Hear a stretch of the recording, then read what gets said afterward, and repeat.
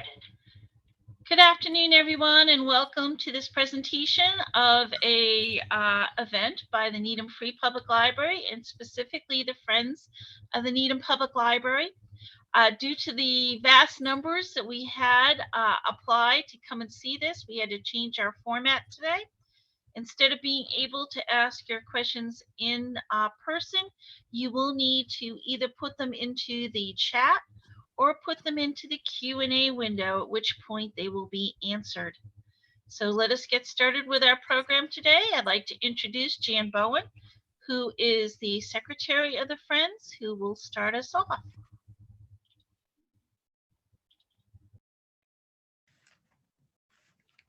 Hi, greetings. This is Jan Bowen. I'm a member of the Friends of the Needham Public Library, and we are pleased to welcome all of you to what is our first Friends program of 2022. Another interesting fact is that this is our 50th anniversary as an organization. So plans are being made by the board of the Friends to celebrate this occasion, and we will be opening festivities come the fall. And the purpose of the Friends was, when it was founded, was to support the library, basically financially. So they instituted a book sale, and by using those funds, they were able to contribute items to the library when needed. And so that is how we still function today. Book sales, the library asks for money, we give it. That's about what we do. And so our most recent expenditures on behalf of the library was the funding of the development of a new website for the library. We were in collaboration with the Library Foundation of Needham. The website opened in August of 2021, and it is superb. If anyone is interested, it's needhamlibrary.org for the website. In any event, our other mission is community outreach, which means that we provide programming for children, adults, and other miscellaneous groups. And all of this is our function as supporting and advocating for the library. We also need to thank the library director and her staff, who enable all our endeavors. I also need to thank Gay Allen Dennett, who was our tech coordinator for today's program.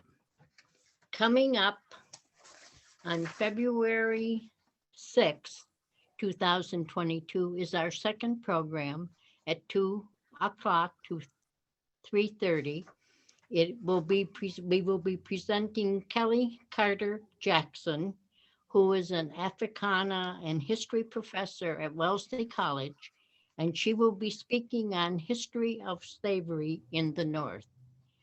This program information will be sent to all of you who have contacted us by email when it is available.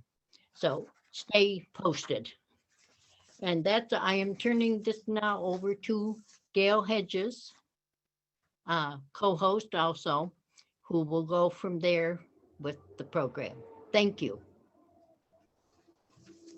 And I just wanted to say a few words about how we took to David Wyden's door. More than a year ago, Sandy Charton, who raised her family in Needham, contacted us about a new novel, a newly published novelist, and suggested that David might be a good person to come to one of our speakers events. Sandy's daughter, Nicole, who I'm going to introduce in a minute, knows David personally.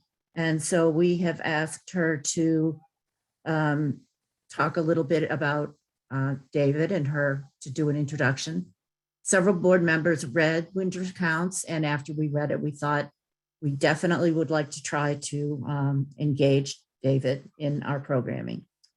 So I will now turn the program over to Nicole Collins, who will talk a little bit because she has personal knowledge and acquaintance with David, rather than just via the magic of the technology. So, Nicole. Great. Thank you so much, Gail, and thank you, everybody. I believe Gail mentioned, my mom, Sandy, raised me. I'm in Needham High School graduate class of 2007. When I graduated college in 2011, I moved to St. Francis, South Dakota, which is where some of this book takes place.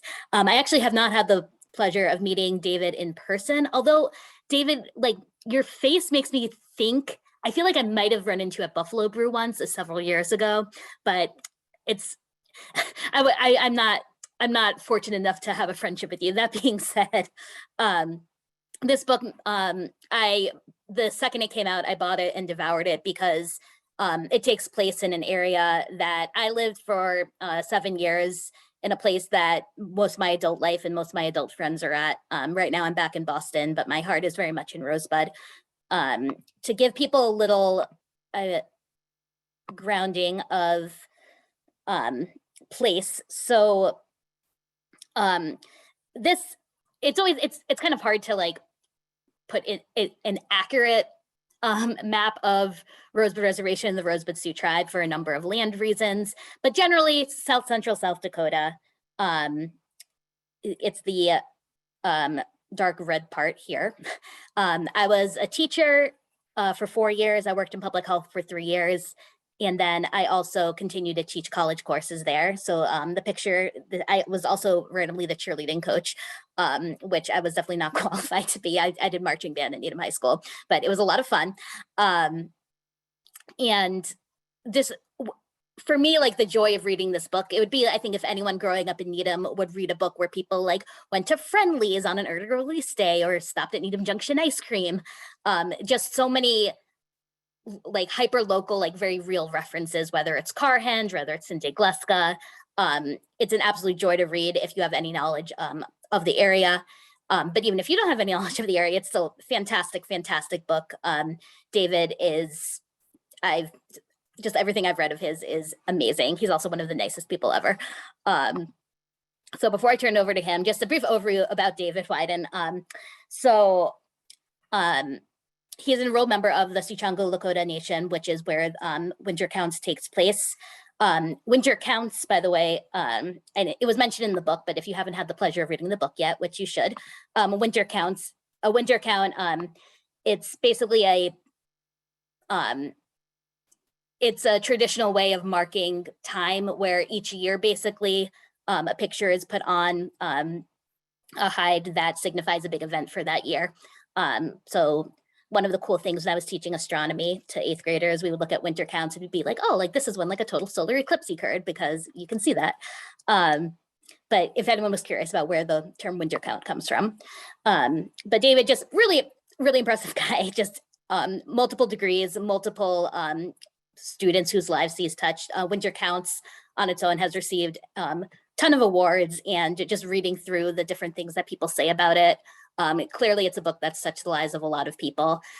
There's also this really cool Instagram trend where people like post pictures of winter counts like in various places around the world, like, oh, here's winter counts like on a beach, or here's winter counts like at a coffee shop with me. And it's kind of, and David, he like retweets all of them. Just really, really engaging writer. And just, I'm really thrilled that so many people have shown up today. I know there are people from my mom's universe, people who have taught on Rosebud or who are from Rosebud who are here right now, and just people generally from Needham. So really excited for you all to meet David, and I'm really excited for this shared Rosebud Needham, Massachusetts connection. So without further ado, David, take it away. Well, first of all, thank you, or in our language, wopila. Thank you so much for the invitation. And Nicole, thank you for the wonderful, wonderful introduction and putting together those pictures. I'm touched and I'm honored. And I just want to say that I'm just so delighted to be here. And I remember you and I were speaking before the program started, Nicole. One of my very first book club readings was with a group, and I discovered that there were a lot of you that had lived on the Rosebud Reservation. And so we had a wonderful, wonderful talk about some of the businesses there. And that one really stuck in my mind. I've done, as you mentioned before we started, over 200 events, book clubs and all that. But that one was just wonderful. And I remember it like it was yesterday. And I want to thank the library for inviting me here. I will say just very quickly here, I promised on Twitter that I would read a little bit of new fiction, which I will in just a moment. But I just want to say a few words about the importance of libraries.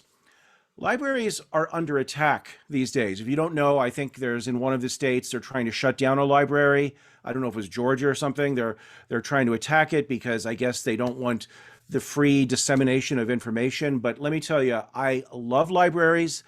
And I think they're such an important part of the fabric of our society. I grew up fairly impoverished in Denver, Colorado, a neighborhood called Elyria, Swansea.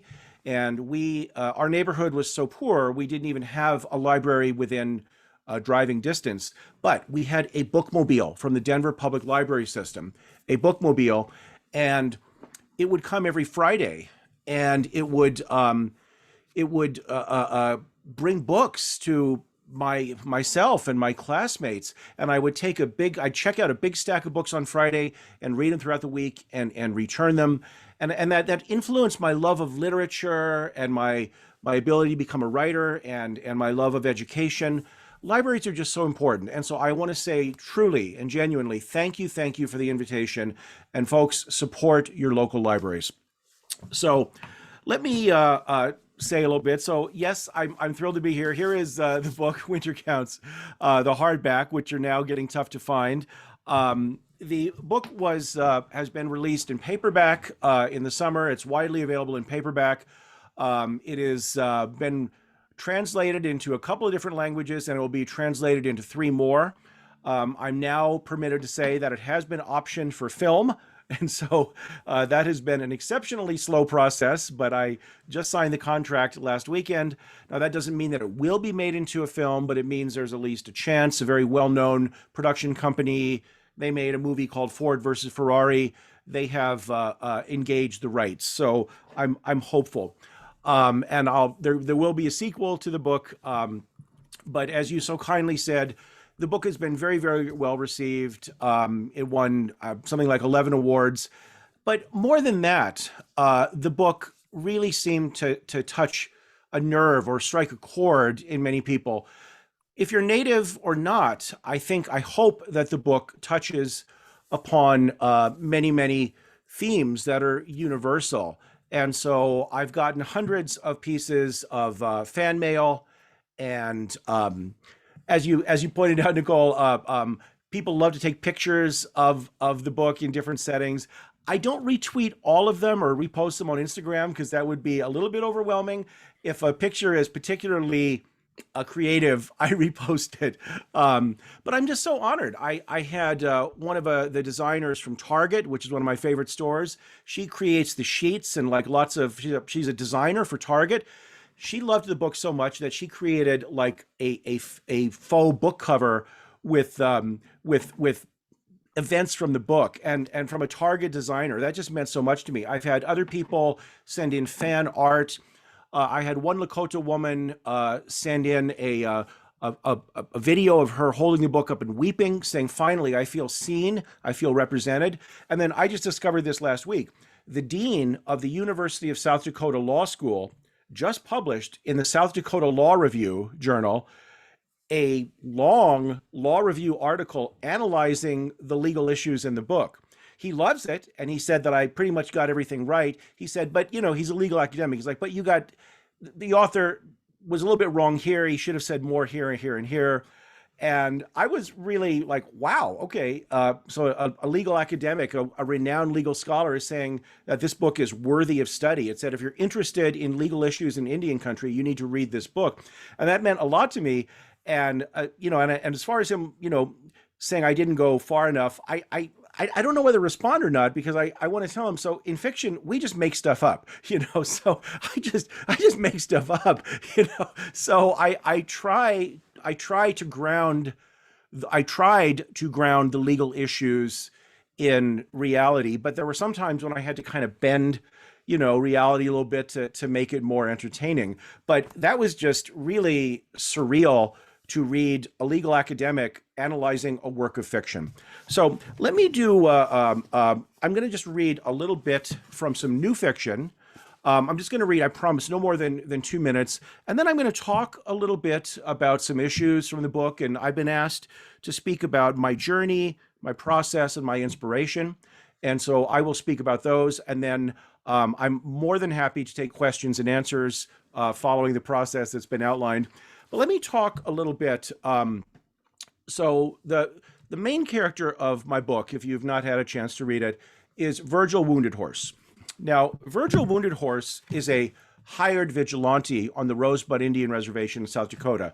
And thank you, Nicole, again for that wonderful map, because the Washington Post actually, in their, they did a roundup of audiobooks or something, and they said the fictional Rosebud Indian Reservation, which made me feel a touch weird because I don't feel all that fictional. And they did run a correction. I didn't contact them, but somebody did and said, and so they ran a correction. The Rosebud Indian Reservation is real. Why I say this is not to embarrass the Washington Post, who's been wonderful to the book, but to say that a lot of people don't know where the Rosebud Indian Reservation is, unless you're from South Dakota, North Dakota, maybe Nebraska. And so the Rosebud Indian Reservation, as you pointed out, is in south central South Dakota, and it borders Nebraska. And Virgil Wounded Horse, he beats people up for a living. And the reason for this is because of a series of federal laws that forbid Native American nations from prosecuting felony crimes that occur on their own lands. So there's a law called the Major Crimes Act. And if a felony crime occurs on a Native reservation, tribal police and tribal prosecutors must call up the FBI and the U.S. Attorney's offices, and sometimes the BIA, the Bureau of Indian Affairs, and say, come arrest these people, come get them. We have them in custody. Only the federal government may prosecute felony crimes that occur on our lands, and we are sovereign, independent nations. Now, this in and of itself is problematic, but the FBI is declining to prosecute about 30 to 40% of all felony crimes. Now, in that law review article that I mentioned earlier, the author said, well, that number has been going down, which Wyden doesn't acknowledge. Yes, it has gone down, but even if it's 25% of felony crimes are not being prosecuted, I want you just to kind of process that and think about that. 25% of rapists, child abusers, molesters, arsonists, murderers are not being prosecuted and are being set free to commit more crimes.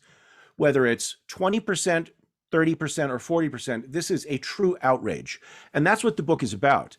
The novel is about Virgil Wounded Horse, whom citizens of the Lakota Nation, they can hire him to go get street justice. If somebody harmed your child or your mother or your sister and the federal government wouldn't do anything, you can see that you might very well want some justice. And so Virgil, for a price, will go out and beat somebody up. And his price is $100 for each bone he breaks and each tooth he knocks out.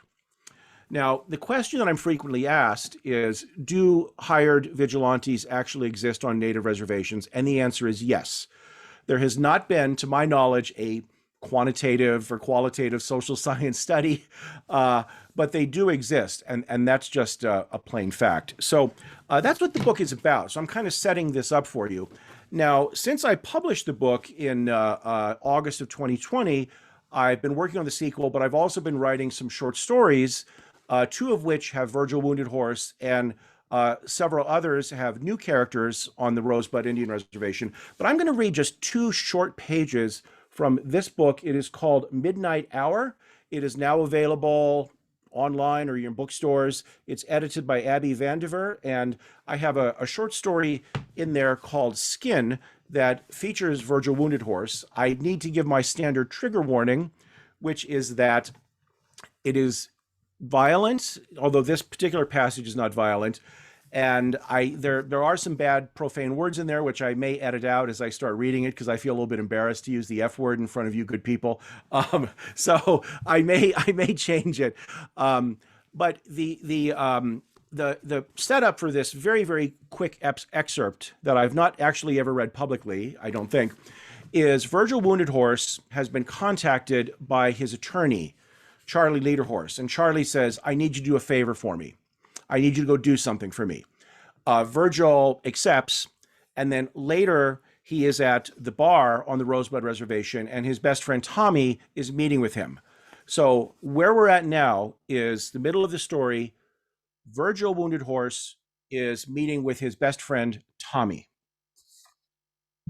So Tommy's just come from a fast pitch softball game as well. That's what they'll be talking about. So here is just two short pages from my short story Skin, which appears in the collection Midnight Hour, which was just published in 2021.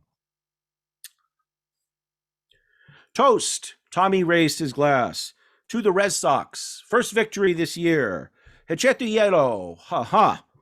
I tap my glass to his. This is Virgil Wounded Horse speaking. I tap my glass to his. Good going. Melvin pitched today? Yeah, his arm was moving so fast I couldn't even see it.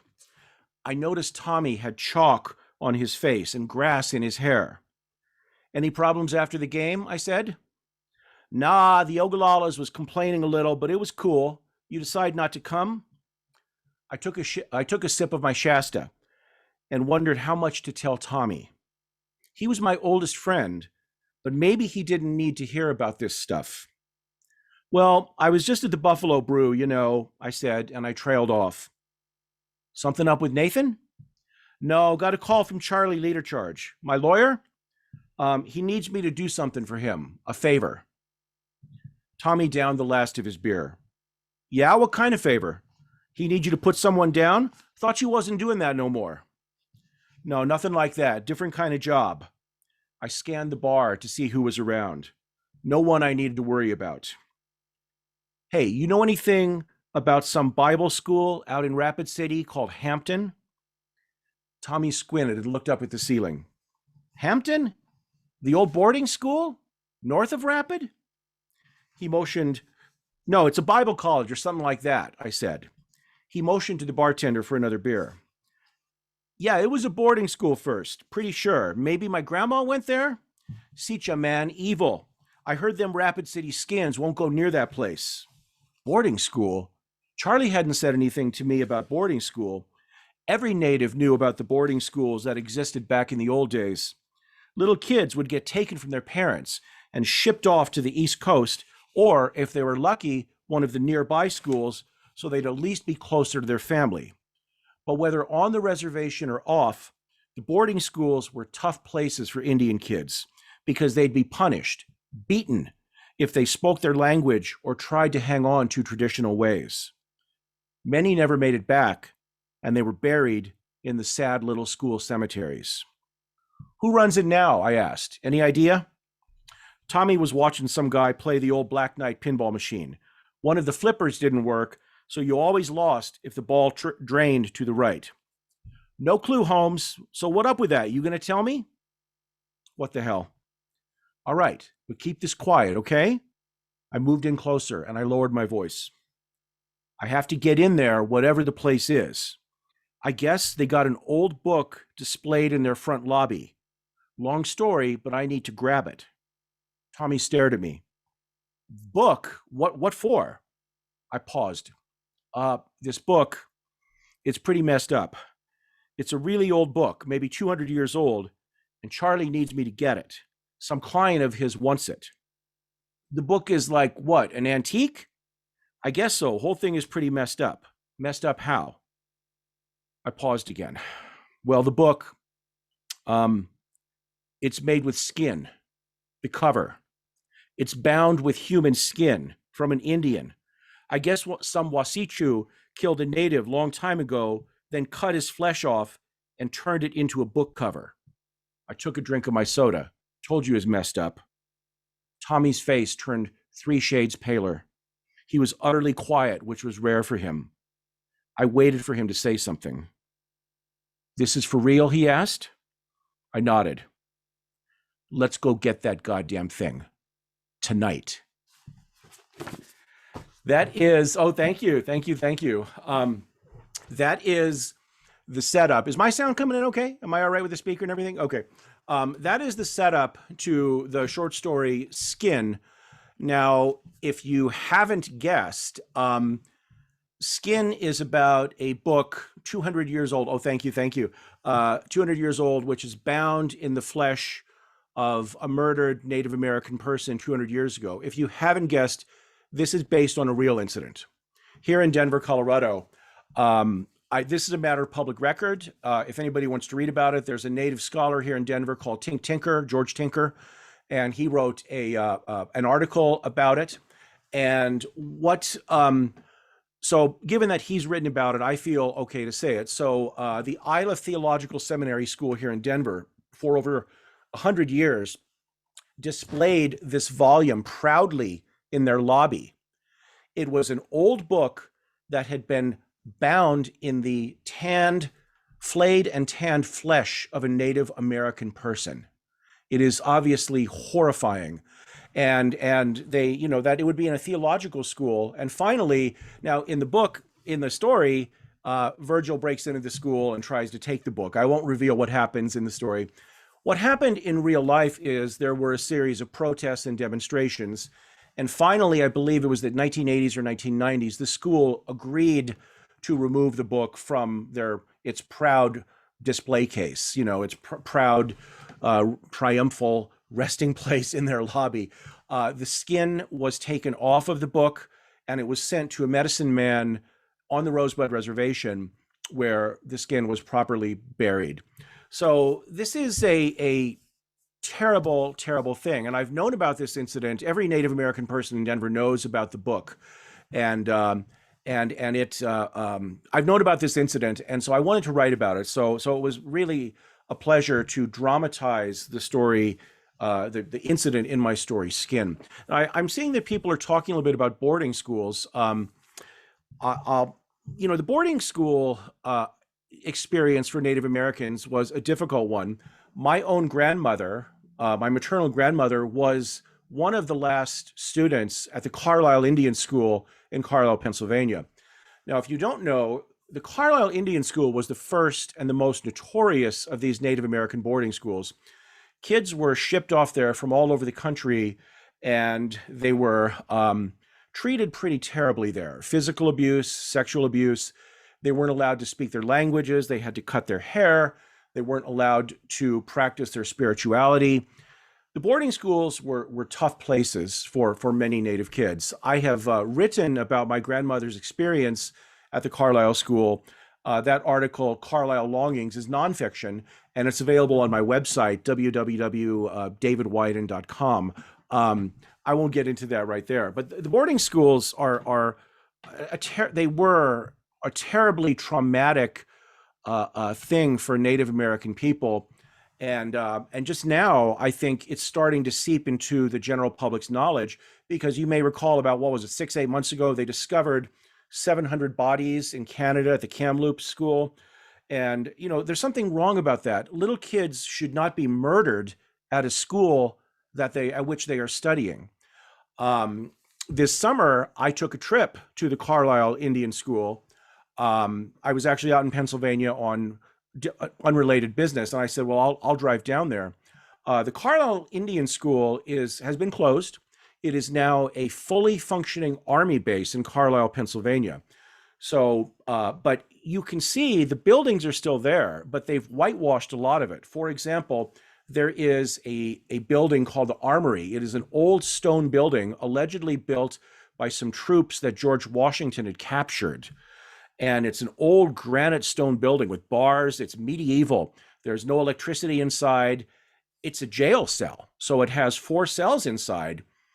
And what it is the little Native kids that misbehaved or tried to escape from the school, they were tossed into this medieval stone prison. And it just broke my heart. And then I saw the plaque in front of it, and they don't mention its use at all. For 75 years, it was used for this purpose. They say that it was used to store ammunition, which is true later, but it wasn't true for most of the building's existence.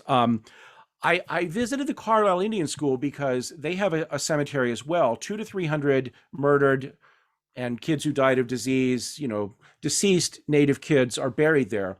And my nation, the Sicangu Lakota, that's how we say it in our language, officially the Rosebud Sioux Tribe, we lobbied the army for 3 years to have our 11 children, which had been buried there, removed from that cemetery, disinterred, and removed and taken back to the Rosebud Reservation. And so I actually was in Pennsylvania when this process was happening. And so thankfully they did screen the cemetery off so you could not see it. And that was, I think, proper. But I'm driving around. I'd never been on the grounds of the Carl Indian School. And I took a wrong turn. And boy, all of a sudden, sirens, military police, they're like, put your hands up in the air. They're drawing weapons on me. They search my rental car. And when I say search it, they searched the engine and the trunk. And I'm like, look, I have a pass to be here. I'm sorry. I didn't know that I wasn't supposed to turn on this street. I'm sorry. I just wanted to see the cemetery if I could. And it was something else. This is how people get killed, right? Because I'm like, don't shoot, please don't shoot. This actually happened just this summer. So it was a very moving experience for me to visit the school where my own maternal grandmother had spent some time. So, like I said, this story, Skin, it touches upon the terrible, horrible incident of people, binding a book in human flesh, which is disgusting and horrible. And it also touches upon the boarding schools. So let me now, I've been asked to kind of talk, just give a little general author talk here, and I'm happy to wrap it up in about 15 minutes because I always love to answer questions and such. But let me talk a little bit about my journey, my process, and my inspiration. So I have mentioned I am an enrolled citizen of the Sicangu Lakota Nation, but I grew up in Denver, Colorado, as I mentioned, in a quite impoverished neighborhood. But I would spend summers on the reservation. And so I know the reservation quite well. It doesn't seem to change much, although, Nicole, there's now a Taco Bell there, Taco John's there, which is big news. That is like the biggest news ever on the reservation. You have to understand, folks, because I understand that most people watching in today, and by the way, I'm very honored by your presence, but most of you probably have never visited a native reservation, especially in South Dakota. We have about 3 or 4 restaurants on the reservation. So there just aren't many places to eat. There was a pizza place, which is closed down, which I kind of mock and satirize in the book because it was terrible pizza, maybe the worst pizza I've ever had in my life. It's now gone. There's a Subway, and and then the casino has a buffet that is lacking, shall we say. Look, I'm sorry if anybody here from the res is watching. I love the casino, but the buffet, it's just not so great. Okay, sorry. But a Taco John's opened up, and that's just like the biggest news ever. So I would spend summers on the reservation, but I never quite felt like I fit in. I am what is known in our language as an Ieska, which is typically loosely translated as a half-breed. So my mother was Native and my father was German. And so, I never quite felt like I fit in Denver, and I never quite felt like I fit in on the res. This is a quality, though, that is good for a writer to have. Being something of an outsider, it allows you to see and observe. And so now I love going to the reservation. I go as much as I can. Of course, the pandemic has slowed a lot of that down. I do return to the reservation as much as I can for spiritual ceremonies. Every summer I go out there for something called the Sundance. So I grew up in the city, but also on the reservation. I am a first-generation college student. Neither one of my parents had college degrees. And so for me, going to college was a big deal. And so growing up fairly poor, I studied law because I figured I didn't want to be like my parents. I wanted to make money and not have like the bill collectors calling us. And so I practiced law for a number of years, but then I really wanted to be a teacher. So I did return for a graduate degree. In my job, I am a professor of Native American Studies. I'm a full tenured professor of Native American Studies at Metropolitan State University of Denver. So I do full-on teaching, and then I write in the mornings. I get up at 4 a.m. So my process is what I'm trying to do in my work is, first of all, to entertain people. Okay, if a reader is bored by my novel, they're going to put it down, and I've lost them. So I want to tell a compelling story. I want to entertain folks. I want it to be a page turner. I want people to stay up all night. I need to find out what happens. And I'm thrilled to say that I've gotten quite a few pieces of fan mail saying that I accomplished that. But at the same time, I want there to be an educational function. As someone who is trained in political science and law, I think I have a pretty unique, hopefully, skill set that I can bring in legal issues, historical issues, political issues. And I do try to bring those into the book because I want people to learn at the same time that they're being entertained. So that's really my process is to tell a great story and get people to care about these characters, but at the same time, maybe explain what it's like to live on a reservation and what these issues are. And, my inspiration. So my inspiration, I would say, really are the Lakota people. Okay. The Lakota people are some of the funniest, most resilient, most joyful people on the planet. And so I'm really inspired by them. And I felt a great sense of responsibility to do right in my writing about the reservation. And so I wanted to write an accurate portrayal of the reservation, but also positive.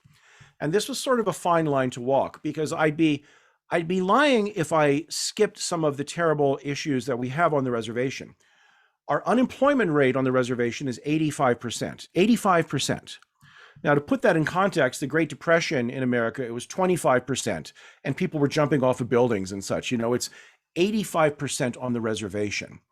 So we just don't have jobs. Now, why we don't have jobs there, that's a complicated issue that I don't have enough time to get into. We have lots of problems. We have terrible unemployment.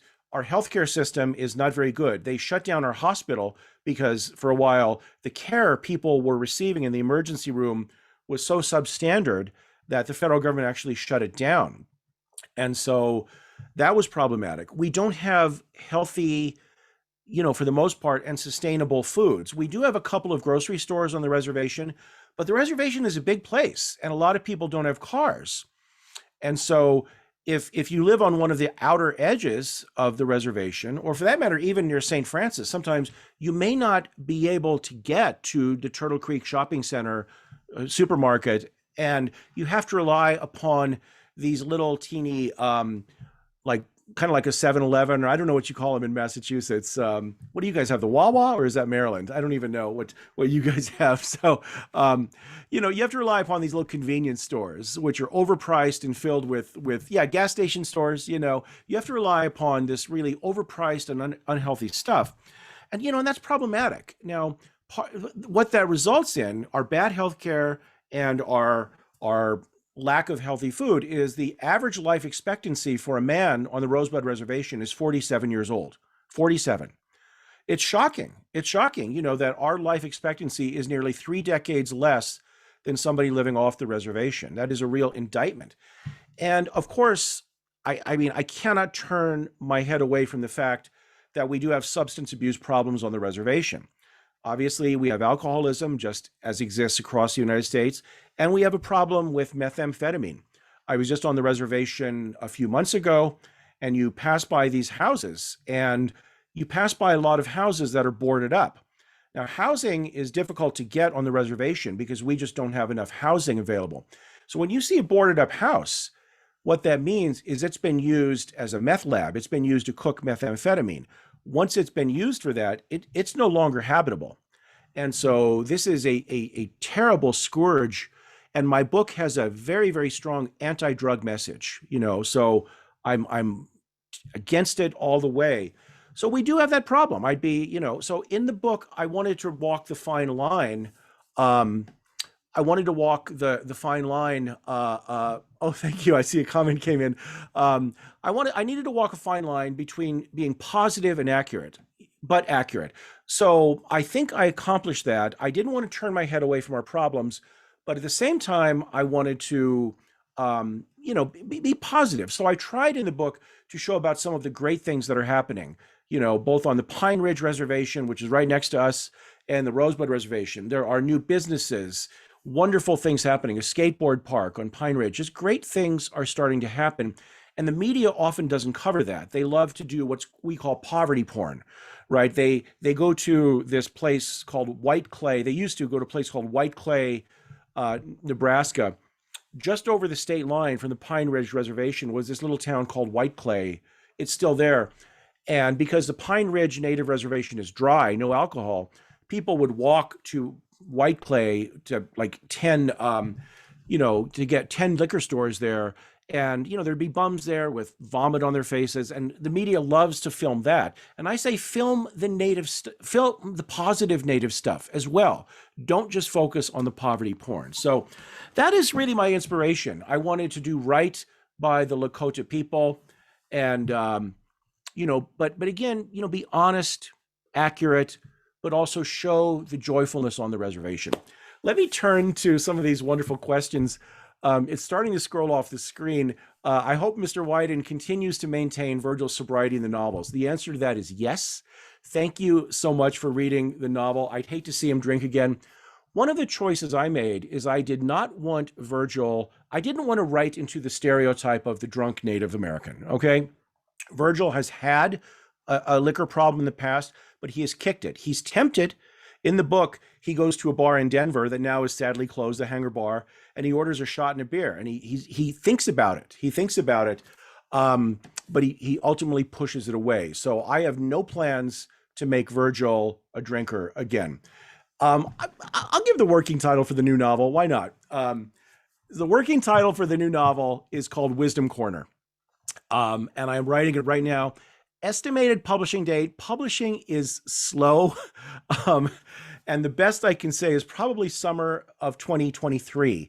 That's my best guess. And that's just because it takes a lot of time to copy edit, proofread, get a cover designer. All this is just very slow. I can tell you that my publisher, they want me to hurry up. It sold a lot of copies, and so they certainly want me to speed up. But the novel will be done when it's done. Okay, I'm seeing some other questions. There's one ahead, but let me answer one quickly here. And I don't know how to do the Q&A screen. So I will need help, Nicole. Will Midnight Hour have an audiobook option? I don't know, to be honest. I really don't know that. I'm not the editor. I just wrote a short story. I also have a new Virgil short story in a book. Here it is. This time for sure, there's a new Virgil story in this one. This is available on Kindle and paperback. Let me see. I'm going to scroll back up to a question. Can I talk more about being a half-breed and whether I felt a lack of acceptance on the reservation? Yes, I did, as a child especially. I mean, it's painful for me to think about, but as a kid, when I would visit the res, they'd see this kid from the city, and they thought that I was fabulously wealthy, when in reality, I most certainly was not. I grew up in one of the poorest neighborhoods in Denver, but the res kids at the time were not particularly friendly to me and to my cousins. And so I did feel a lack of acceptance. Now I feel, now as an adult, I do feel accepted, and I have many, many great friends there. I still have family up there. But yeah, I mean, being in Iesca, it was hard as a kid. I'd be less than candid if I didn't, admit to that. Okay. Question answer number one. What role does the federal government, let me ask the second one. What is the population on the reservation? I want to say about 15,000, maybe even less. I want to say about 15,000 population on the reservation. Now, the larger question here, what role does the federal government play on the reservation? That is a big question that I spend my entire course, Native American politics. I teach a class on that at Metropolitan State University of Denver. And that's a big question we could talk about for an entire semester, okay? Basically, let me just see if I can answer this in a couple of sentences. The Native American nations are sovereign, meaning independent, but the US government has limited our sovereignty through a series of Supreme Court decisions, congressional and state laws. And so we do not have complete independence. We can best be characterized as semi-sovereign. So, for example, we can't even prosecute crimes, felony crimes that occur on our own lands. So the federal government plays a huge role on the reservation. They limit our independence and what we call our sovereignty in 100 different ways. And if not most Native Americans would like to see this reduced. And the word we use for this is decolonization. And the answer is, we would like the ability to write our own laws, have our own justice systems, our own foodways. We really would like to have a greater freedom to make our own decisions. So I will leave it there. Here's another good question. Would it be possible to sue the U.S. government? We owe it to the Indian Nation so that no one need to have substandard medical care. Well, thank you, Martha Kraft. I couldn't agree more. We certainly do I think natives deserve decent medical care. Can you sue the U.S. government? Now, this again is a complicated issue because the federal government and state governments limit the times in which you can sue them. So now I'm going to put on my lawyer cap. I am a licensed attorney in the state of Colorado, although I no longer really practice. I have donated my time to several Native organizations. There's a legal doctrine called sovereign immunity, which comes to us from England, which essentially says you may not sue the king. So you can only sue state and federal governments under certain circumstances that the federal government or state governments allow those conditions. So it's not as easy to sue the government as you think. Now, having said that, there was a very, very important case against the federal government called Cobell. And so this woman, Eloise Cobell, found out that the U.S. government had been systematically stealing from natives for a period of 70 years. So I own 3 little pieces of land on the Rosebud Reservation that I inherited. I don't control those pieces of land. They are rented out to white ranchers that live on the Rosebud Reservation. The federal government rents them out, and I get rent every 6 months. My last rent check was $1.67. So as you can see, it is not exactly a windfall for me. Having said that, every Native American that owns property has a bank account called an IIM. And so when I get a payment from these ranchers, it goes into my account. Well, the Cobell case, it turns out the U.S. government was actually embezzling and stealing money from these tiny little accounts we had. And so we received a massive multi-billion-dollar judgment in this case, but the U.S. government refused to pay it. For 20 years, they said, we're not going to pay it. And so finally, under the Obama administration, they negotiated a settlement. So we never did get the full amount that we were due. So again, if you want to read more about this, Google Cobell case, and you will be astonished. Just another way that Native Americans have been systematically treated unfairly. Another question here. I see we're about 10 minutes out, so I'm trying to breeze through these, Ray from Greg. Ray, the relationship between the federal governments and the states and tribal sovereignty. What is my view of the Indian Child Welfare Act? Let me explain what the Indian Child Welfare Act, or what it is, what we call ICWA. So for years, about a large percentage of Native children were taken from their parents by the state and fostered out or given to childless white couples. So imagine that your little 5-year-old child, in comes a state official and says, hey, we don't think you're a good parent, bye-bye. And they take your kid and there's nothing you can do. This happened to some large percentage of Native families. We think as many as 40 to 70%. I mean, outrageous that our children could be fostered out and adopted out. So the government, to remedy this historical outrage, passed a law in the 70s called the Indian Child Welfare Act. The Indian Child Welfare Act says before a Native child can be taken away from its family, first of all, it sets 3 levels. Number 1, a member of the child's family must be given the chance to adopt or foster first. If no member of the family is available, then a member of the nation or tribe must be given the opportunity. Okay. And then if either 1 or 2 can't be satisfied, then and only then can the child be fostered or adopted out to a non-Native person. But they are trying to overturn the Indian Child Welfare Act right now. It's been on the target of certain factions in Congress for a long time. How do I feel about the terminology Indians versus Native Americans? We on the Lakota reservation don't mind Indians. Some natives don't care for the word, especially the Navajos.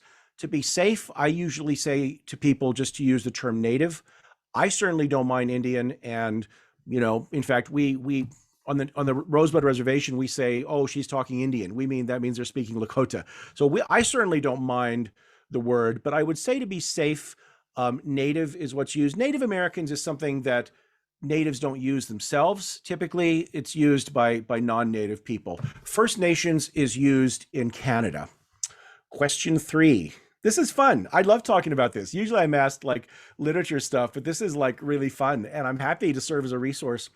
What percentage of those vote in local and national elections? Native Americans or natives have the lowest percentage of voting in federal and state elections of any group. And I find this to be really problematic.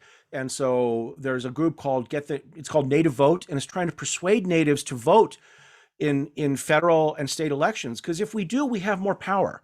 Voting gives you power in elections. And so we have a very, very low percentage of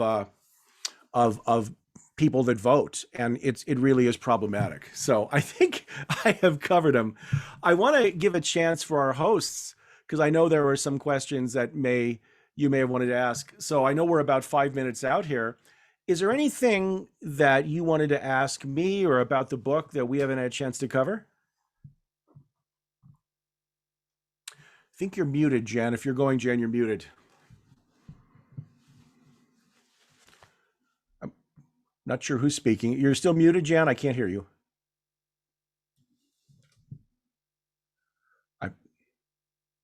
I'm not hearing Jan, so I'm gonna. Oh, there you are, Jen. Yes. There we go. No, you answered my question. I was asking about another book. So that's been Okay. answered. Thank you. And Well, great. thank Well, you. then another one has come in. A great conversation, Mr. Wyden. Oh, you guys are so nice. You can call me Dave, please. I mean, if you were kind enough to come today, and you guys are still sticking with me, I'm so honored and delighted and thrilled. This has been a lot of fun. Please call me Dave. What are my thoughts on non-native organizations and the use of land acknowledgement? Okay. And land acknowledgement, as you may have noticed, like at certain events, they'll be like, we acknowledge that we are on the land of the blah, blah, blah nation. I like it. I think it's a nice thing, but I think my personal feeling is that a land acknowledgement should come with a call for action. If a land acknowledgement is just used as a way to be like, well, we've done our piece, we've done our part. Okay, sorry, natives. Now we'll just go back to treating you badly. That's not good. Okay. A land acknowledgement should come with a call to action and say, hey,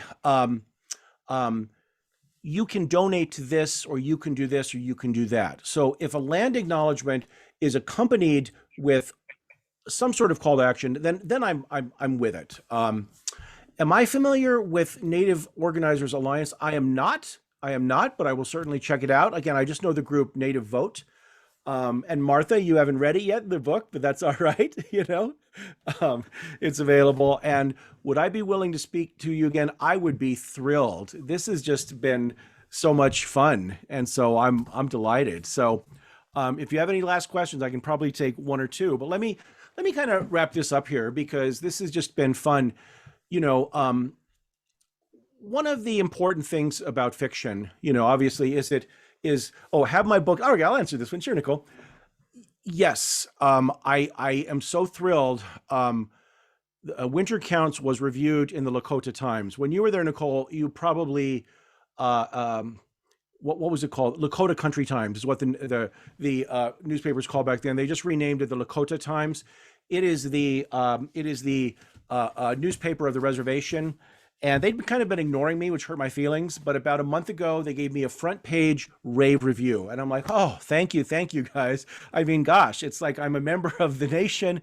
And, I wrote this positive best-selling book, but they finally did. I have not gotten one negative comment from anybody on the reservation. So I'm just so deeply thrilled. The cover art, I got a question on the cover art. So the cover art was created by a woman named Sarah Wood, and I thought she did a great job. You may not be able to see it, but behind me on the British cover has a picture of Pine Ridge. Should I just grab it? or I guess I won't because we're running out of time. If you look at my cover for the United Kingdom edition, they used a picture of Pine Ridge, and I told them, I said, that's a great picture. It's very dramatic, but it's not actually the Rosebud Reservation, but we decided to go with it anyway. So it's the one, I don't know if you can see it. My finger, I'm putting it right there. That's the United Kingdom cover. It's at a different publisher, Simon & Schuster. The Narrator is if you do the audio book, it's available on Audible right now.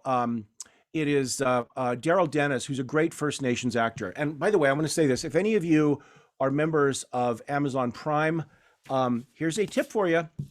The book right now, if you are an Amazon Prime member, is going until March for the princely sum of $0. So if you are an Amazon Prime member, it just started January 1st, you get to put this in your Amazon Prime reading list. So I think you can get 10 books per at any one time. Winter Counts has been included.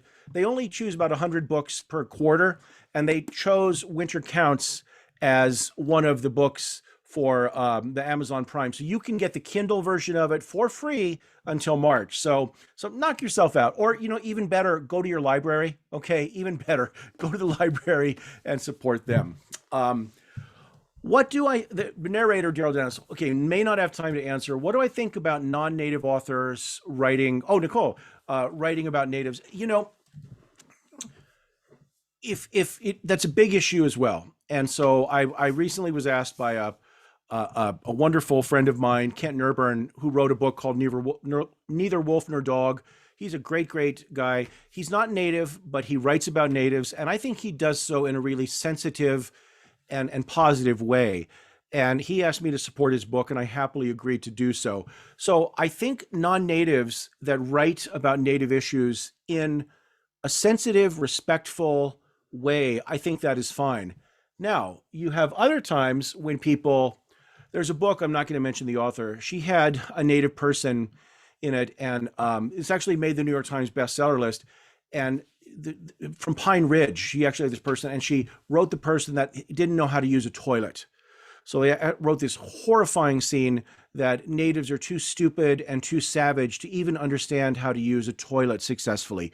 Okay, I see stuff like this and it makes my blood boil. Okay, so there's a right way to do it and a wrong way, And so I was, really thrilled to support my friend Kent Nurburn.